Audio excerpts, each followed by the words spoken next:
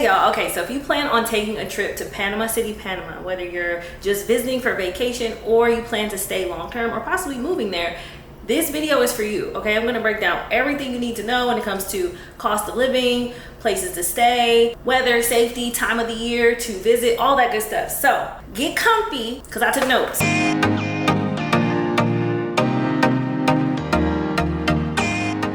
First of all, welcome back to my channel. If you have not hit that subscribe button, just stop real quick. Go subscribe. That's how we keep this channel growing, and it's how we continue to grow this community. All right, with no further ado, let's get into it. So if you don't already know, you haven't watched any of my other videos yet, this time last year exactly, I packed all my stuff, put it in storage, and I left to go on this like travel abroad adventure, so to speak. And it's been a year. I can't believe that. Like, it's officially been a year, and the first place I ever visited was Panama City, Panama, and I fell in love with it, okay? But there are some things that you should definitely consider before you plan a trip here and or before you decide to move here. One of the most common questions I get is, do you need to be fluent in Spanish?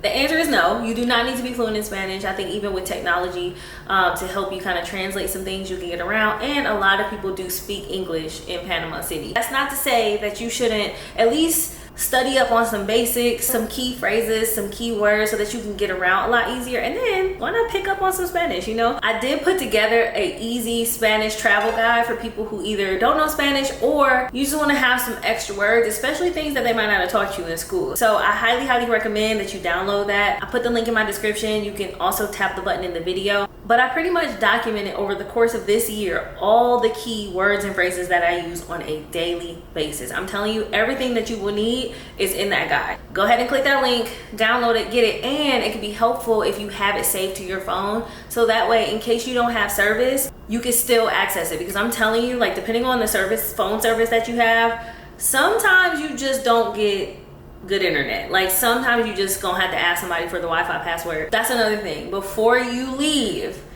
if you think you're gonna have an issue or it's gonna be an issue for you to not have good cell service, just call your provider and tell them, hey, I'm traveling internationally. Do y'all have any options for international travel? Just do it for yourself, because the last thing you want is to be stuck somewhere and you can't call an Uber or you can't look something up. Like, just do yourself a favor. Now, let's talk about time of the year to visit, all right? Panama City, Panama is very tropical. It has two seasons, rainy season and dry season. And even in the dry season, it can still be a little rainy at times. So that can definitely impact you if you don't really like the rain like that, if you don't really like humidity, because on one hand, it is very warm. I would say between 80s to 90s, and it's also very humid. So just keep that in mind. Now, dry season is between late December, early January to about April, right? And so that's when it's more dry, the sun stays out a little longer, and it's a lot less humid, a lot less rain. But it still rains a bit, just not as heavily like rainy season. And rainy season is late April, early May till about December. Don't be fooled by the weather app. I've had a lot of people who've come to visit and they're like, oh my gosh, like my trip is gonna be ruined because it's rainy. I will say, from my personal experience, usually the weather app gives you an idea that yes, it's going to rain, but that doesn't mean that it's going to rain all day. It's kind of like if you're familiar with Florida weather, Florida in the US, how it can just like rain, and then it stops and the sun comes out and then it rains again. It's kind of like that, but heavier rain. If you have a small umbrella like this, you see I stay strapped because you just don't want to get caught without an umbrella. But this little thing, this really ain't gonna cut it, okay? This might help if it starts to drizzle a little bit, but when that sky opens up, the rain is crazy. All right, speaking of time of the year to visit. Now, I've experienced this in most of Latin America. Like, the end of the year is like people are shutting down shop. Like, they're ready to celebrate, they're ready to be off of work. And so November is like a big holiday month. They celebrate their independence. There's lots of parades, lots of fiestas. So it's a very vibrant time. And so you just wanna make sure that if you're trying to get stuff done, like say, for example, you do wanna move abroad and you're trying to like get your visas and all the paperwork and stuff handled, the end of the year might not be the best time because things might get held up because of the holidays. Like, there's a holiday every almost every week in November and December. So, you know, as you trickle off the end of November, then December you have Mother's Day, then you have Christmas. And so it's a great time because there's so much going on, right? There's lots of fiestas, lots of lights and parties. And so just keep that in mind. And then because January, February is like the start of kind of like their summertime, a lot more tourists are going to be visiting Panama City during that time as well. So the prices might be a little bit higher. You might not find as much availability when it comes to places to stay. So just plan accordingly, knowing that November through, I would say, February is like a big heavy time for lots going on, but also lots of people visiting Panama City, because then you have Carnival in February as well, which is a huge event, something that you might also be interested in. Just plan ahead and make sure that you got your ducks in a row so that you can get a good price and a good place to stay. All right, now let's talk about what to pack. Because Panama City is very humid, you definitely want to make sure that you got some breathable clothing. Make sure that you have something that you can be comfortable in, because again, it is very humid. So if you decide like, okay, I'm gonna go get my hair done before the trip, and then your hair is like nice and straight, just be prepared that it's probably not gonna stay that way. Hence why I have my hair curly. I don't even bother straightening it, because once you go outside, it's a wrap. Also, this is something that I noticed. I think a lot of people who've never been to Panama City before think that Panama City is like a beach town because it looks and is so tropical, and it's really not like this.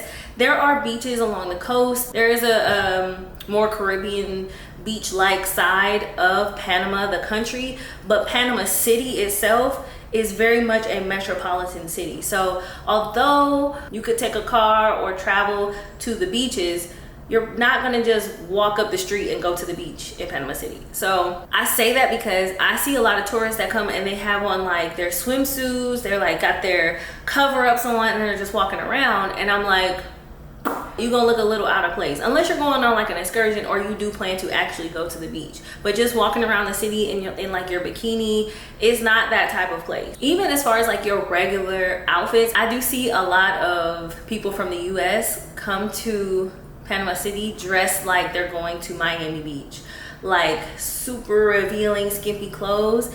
And I will say, just from my opinion, okay, most of the women in Panama City do dress a bit more modestly. And so if you are just walking around with your boobs out, booty out, you're probably gonna look like you on the cloud.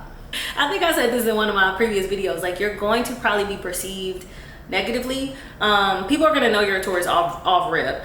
But just be mindful, because you might draw the wrong attention. You know what I'm saying? Like, people don't really dress like that here. If you got on like all your skin is showing, you know, everything is out, it's just not that type of place, you know? So just be mindful of that when you're packing, and then make sure that you're prepared to have walk around clothes that are comfortable, because just a quick 10-minute walk up the street, like you're going to be hot, like you're probably gonna be sweaty. So if you got on something that's like silk, or you got something that's like not really breathable, you're probably gonna sweat through your clothes, depending on, you know, how you sweat.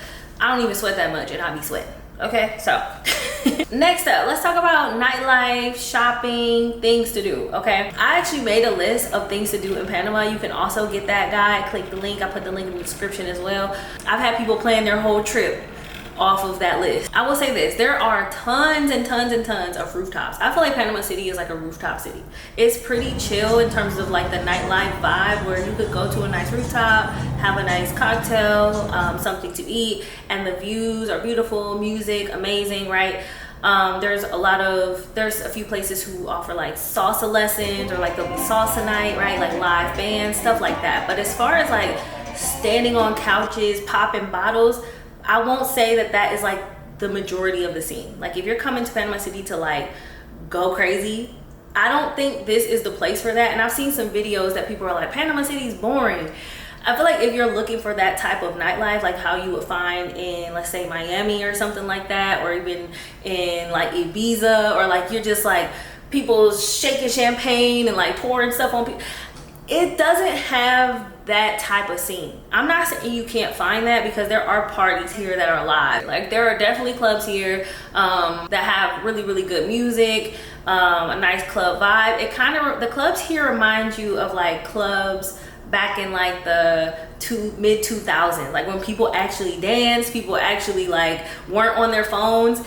It's kind of like that. So if you are looking for like a club kick it type of scene, you can find it. I'm just telling you that it's not the majority of the nightlife, right? That's not all there is to do. There are things like cooking classes, tours. You can go over to like the Causeway, which has a lot of restaurants and things you can rent, like not ATVs, what's some things called, slingshots, bikes, skates, stuff like that that you can rent out. There are a lot of like family-based activities to do, so you can definitely find a lot of things to do. And I would say if you're visiting, one easy way to find stuff to do is to go on like Airbnb experiences. There's some stuff there that you can find. So the Panama Canal is like a big tourist attraction, so that's something that a lot of people do.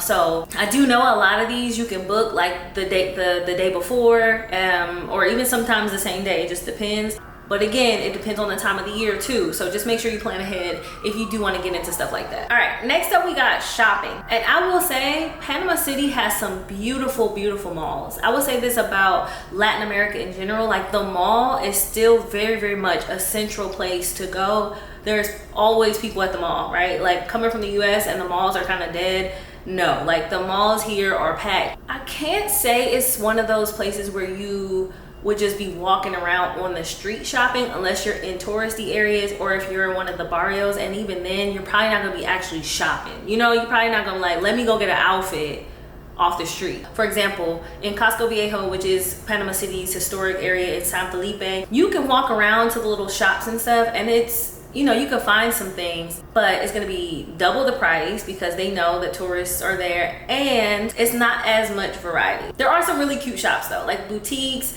and you know, I got souvenir stores. You can buy hats and dresses and stuff like that. So it just depends on what you're looking for. Okay, let's talk about where to stay. I get this question a lot, and it's about whether or not you should stay in a hotel versus an Airbnb. And I made an entire video about this. You can go watch it. Honestly, I feel like staying in Airbnb versus a hotel is a personal preference. So if you're like me and you like to feel like you're living somewhere no matter where you're staying, then get an Airbnb because you can cook your food, you can feel like you're living there, you have everything you need, you have more space. That's why I love staying in Airbnbs. And the Airbnbs do range from about, I would say, $65 to $150 a night. It just depends on where you're staying, the location, how many bedrooms, stuff like that. So that's about on average for like a 1-bedroom like apartment.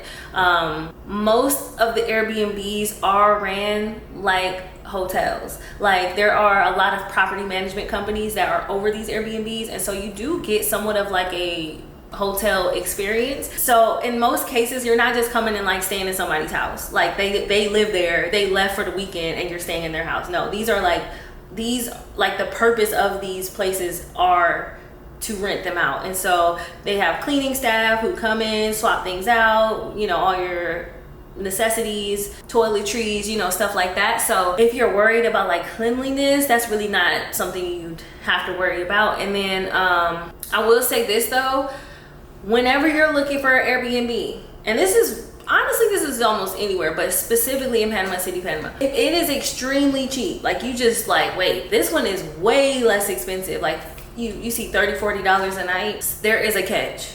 I'm telling you, I've stayed in over 25-30 Airbnbs over the past year. And if you see all the Airbnbs that are like $75 and up, and then there's one that's like $40 a night, something is wrong, okay? Especially if it's nice. If it's nice on the inside, that means it's probably not in the best neighborhood. I've seen a lot of Airbnbs that I know the location. When I'm looking, I'll be like, man, if I didn't know where this was, I would be pissed if I got there and I knew where it and I saw where it actually was at, you know?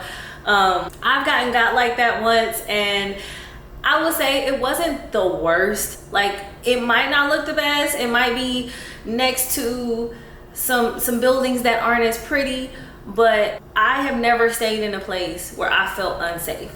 I don't care where I've stayed. And I've stayed in older neighborhoods. I've stayed in some areas where people would consider it like not that safe to their standard. And I get there and I'm like, I mean, yeah, you probably don't want to be outside with your phone like, so come with me to spend the day and da-da-da-da. Like, no, because especially if you're by yourself, you're probably going to put a target on your back.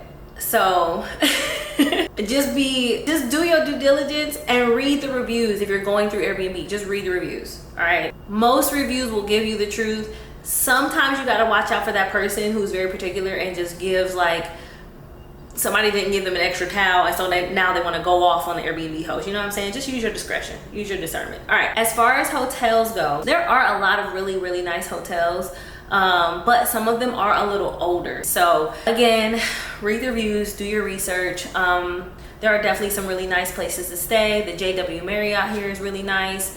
A lot of places in like Costa del Este, Barrio, over in that area are really nice. Ooh, and something else to be aware of is the check-in time.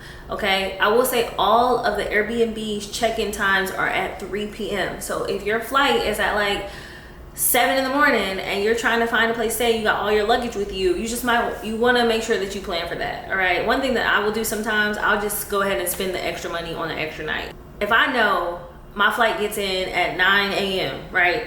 And I don't want to wait all the way till 3 to be able to check in. I will just book that night before. So that way, once I get in my Airbnb, I can already check in. So sometimes the host will let you in early. That is very hit or miss though. So don't bank on that. And then as for hotels though, most of the hotels will store your stuff for you. Like you can like say, hey, I just got here. Can I put my luggage somewhere? I haven't been to every hotel, so I can't vouch for everyone, but in most cases, if you do have your luggage and your check-in time, you're waiting on your check-in time, you could probably put your bags with the hotel front lobby or front desk. Okay, another question I get is there a currency exchange? It depends on where you're coming from. So Panama City does accept the US dollar, so if you are already using the US dollar, there is no exchange. But if you aren't, there's definitely going to be an exchange. So I would make sure that you look up currency exchange locations because they're pretty sporadic, and I know you could do it at the airport. You know, I think they're probably going to charge you a little bit more, so just be sure that you know where the cash exchange places are so that you can, you know, just be prepared with that. You don't want to get to the city and then you're like, oh man, like we got to find somewhere to exchange our money, and now, you know, you're doing it on the fly, which you can do, but why not just save yourself the hassle, already come prepared, or you can exchange your money, like I said, at the airport. Speaking of airport, I would say from the airport to like the main part of the city, Panama City, it's probably gonna be about a $15 to $20 Uber ride. I have never taken a taxi in Panama City. I always use Uber. It's just something I'm familiar with, something I'm comfortable with. You can absolutely take a taxi. That is on you. I've never heard of anybody having issues with taxis. But the most expensive Uber I've ever taken was from the Uber was from the airport, and it, like I said, it was only $15 to $20. Usually getting around, on average, I probably spend about $3 to $4 on an Uber, and that's probably about a 7 to 10 minute drive. Okay, so that's just to give you some idea of what to expect for certain costs.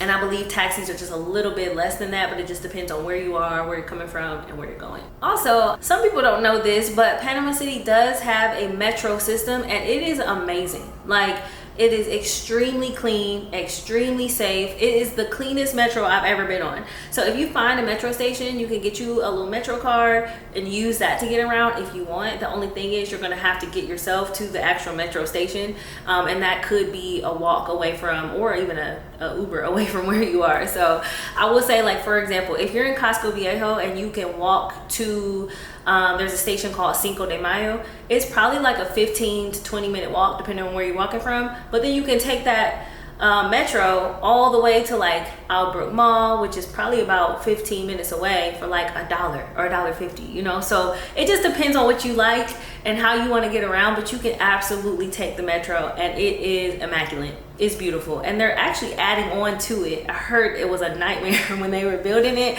and the people in the city were like, oh my goodness, this is so much traffic, but it's definitely a beautiful metro station. Whew, I'm getting hot. See, I'm hot sitting in my own living room. Okay. Ooh, turned on the air conditioning, just made me realize some places don't have air conditioning. Okay, most do, but some don't. So if that is a concern, especially if you get an Airbnb, make sure you ask and make sure you read through the amenities on the Airbnb, because you can be mad if the owner is like, yeah, we never told y'all we had an air conditioning, and you gonna be mad. Again, most places have air, but just don't get caught without it because it is hot. All right.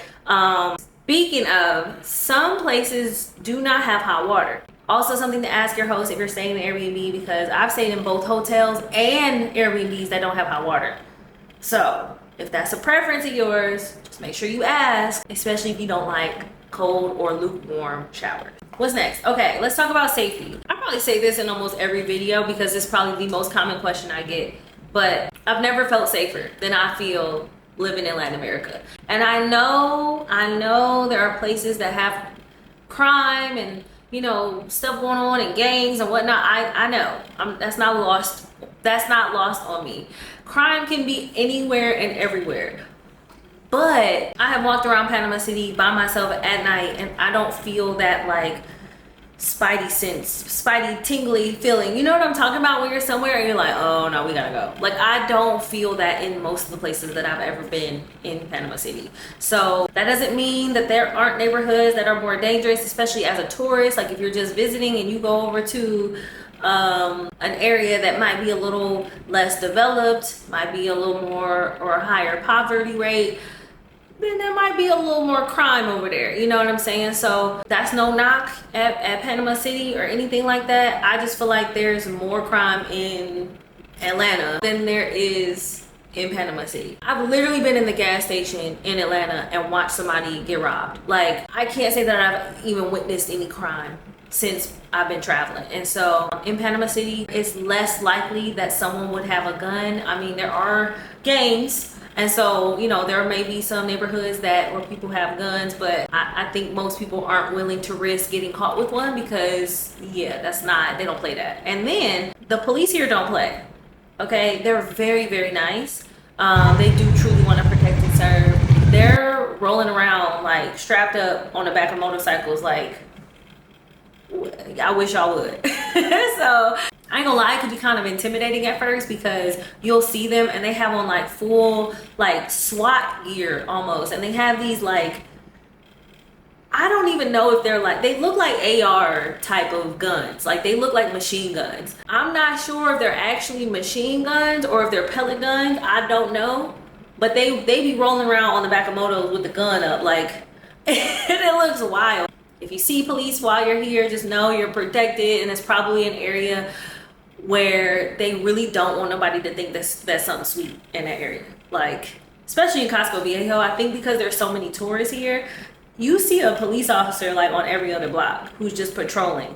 So that's something I see a lot of officers on patrol.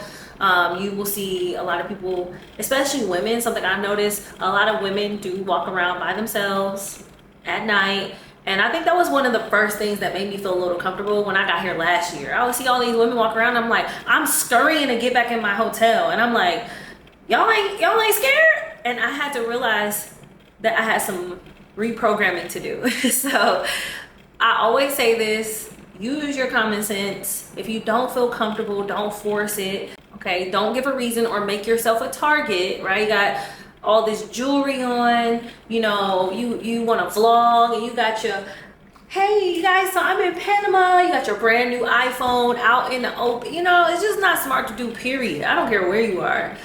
So just don't make yourself a target. Don't nobody want no problems with you. Don't get nobody else no problems. All right, that's it. Okay, now let's get to cost of living really quickly. And this could be for people who want to spend maybe like a couple weeks, couple months, or even stay long term in Panama City. I will say that you could probably, depending on your life and your lifestyle, you could get away with living off of $3,500 a month in Panama City, Panama, and be good. Like, your rent is probably going to range between, I would say, $700 to $1,500, depending on like how many bedrooms and location, because there are definitely some places here that are more expensive.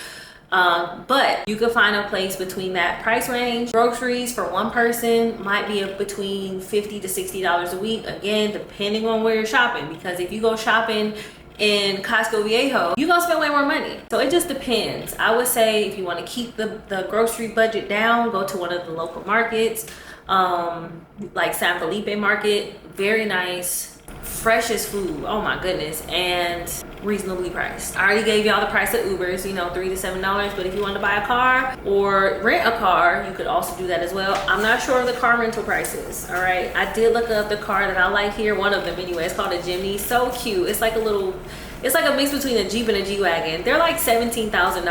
I was like, oh, okay. So that's just to give you an idea. There's so many cars here. I will say nails or hair, makeup, stuff like that, haircuts is also going to depend on where you are. So if like you go to the mall, they're going to have hair salons in there, they got nail salons in there, but you're going to probably pay double the price. Like I paid $40 for my nails, and I think I paid $30 for my feet. And I got gel, I got their version of acrylic gel X, and I got designs on each nail. So to spend $75 to get my nails done with all of that, it's not bad, but I also got it done in the mall.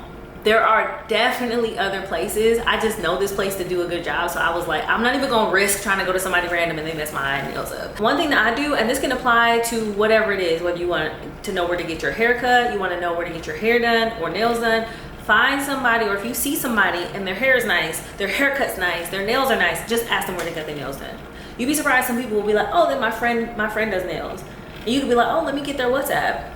Now, that comes with a risk, okay? Because you might be in the barrio and somebody's cousin kitchen, you know what I mean? So don't be shy, just ask, and they will be more than happy to tell you. Matter of fact, they'll be excited that you asked, and they're probably gonna have a whole conversation with you and ask you where you're from, and it's gonna be a whole thing. That's just how people in Panama are. They're so welcoming, so nice. Panama is very diverse. If you're black, if you are a person of color, definitely easy to blend in. Like, people don't usually know I'm not Panamanian until I start speaking. But even if you're not black or a person of color, and people know that you're, you know, people can tell you're a tourist just by like your skin color, people are still very nice. You just might get the gringo price. I've gotten the gringo price, right? When somebody asks me a question and I don't know in Spanish, like, oh, she not Panamanian, I could get the gringo price, you know? So just, you know, even if you don't blend in, just let them know you know, like, oh, hold on, how much is this? Are you sure that's how much it is? Oh, no, you know?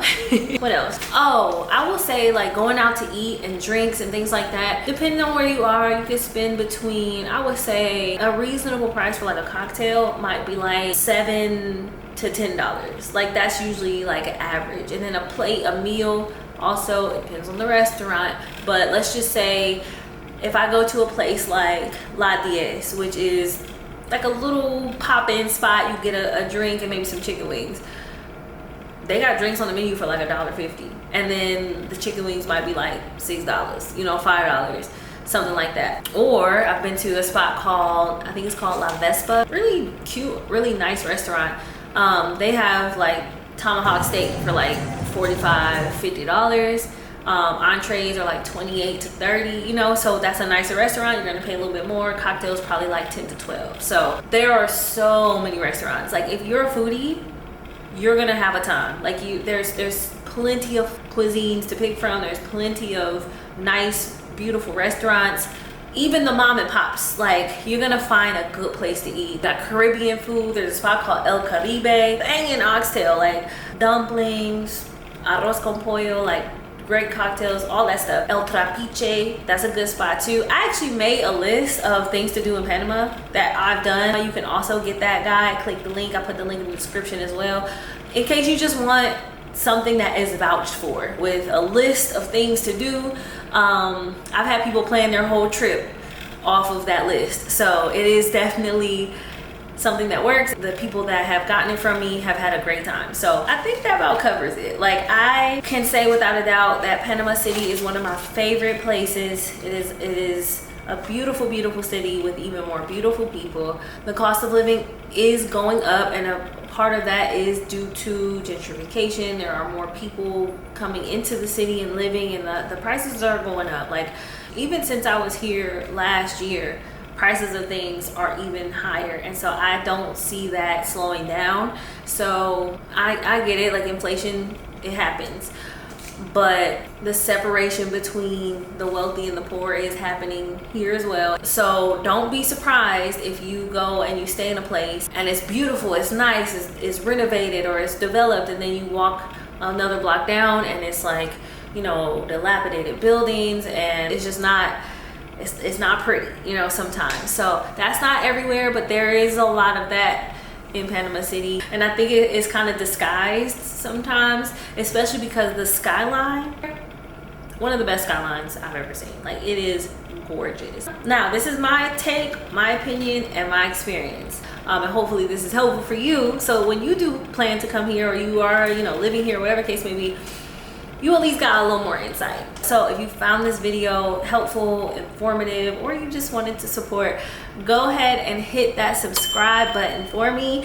Don't forget now, you know how y'all do, the video over and then you forgot to subscribe. Don't forget, subscribe. And remember the links to the Easy Spanish Travel Guide for common words and phrases you can use in Spanish. I put that in the description, as well as the things to do in Panama guide that is there as well. So make sure you check those out. And other than that, I'll see y'all in the next video.